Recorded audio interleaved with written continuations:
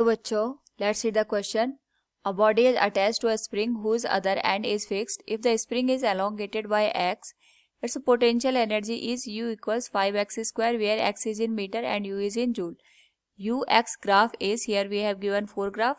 Now to answer this question, first we will discuss here the key concept, and here the key concept is potential energy stored in a spring, which is given as half k x square, and k is the spring constant, x is the elongation or compression in the given spring.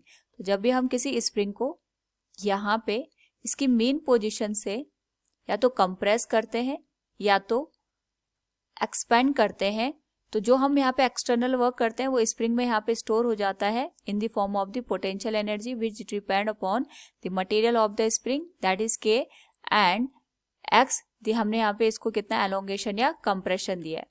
Now यहाँ पे अगर हम बात करें given question की, तो जो spring है इसको हमने एक्स से एलोंगेशन दिया था and its potential energy is given as 5x square. So we can write here potential energy will be given as 5 into x square.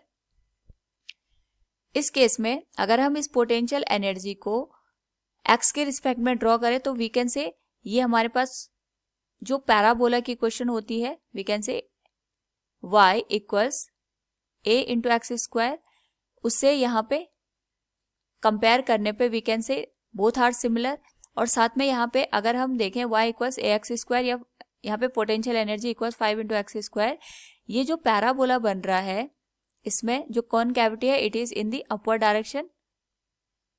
So we can say concavity should be in the upward direction, क्योंकि जो हमारे पास यहाँ पे y equals a x square का graph बनता है ये अपवर्ड डायरेक्शन में हमें देखने को मिलता है. तो सेम यहाँ पे पोटेंशियल एनर्जी और x का जो ग्राफ होगा ये भी यहाँ पे जो पैराबोला होगा it should be in the upward direction.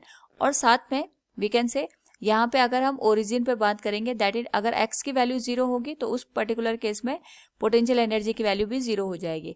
तो इन दो कंडीशन को अगर हम यहाँ पे एनालिसिस करें तो from the given graph x equals 0 पे पोटेंशियल एनर्जी 0 हमें देखने को मिल रही है और साथ में जो पैराबोला है it should be in the upward direction. तो गिवन ग्राफ में से जो फर्स्ट ग्राफ है it is completing both the conditions. So from the given option we can say first will be the correct one. Hope all you understood it. Thank you and best of luck.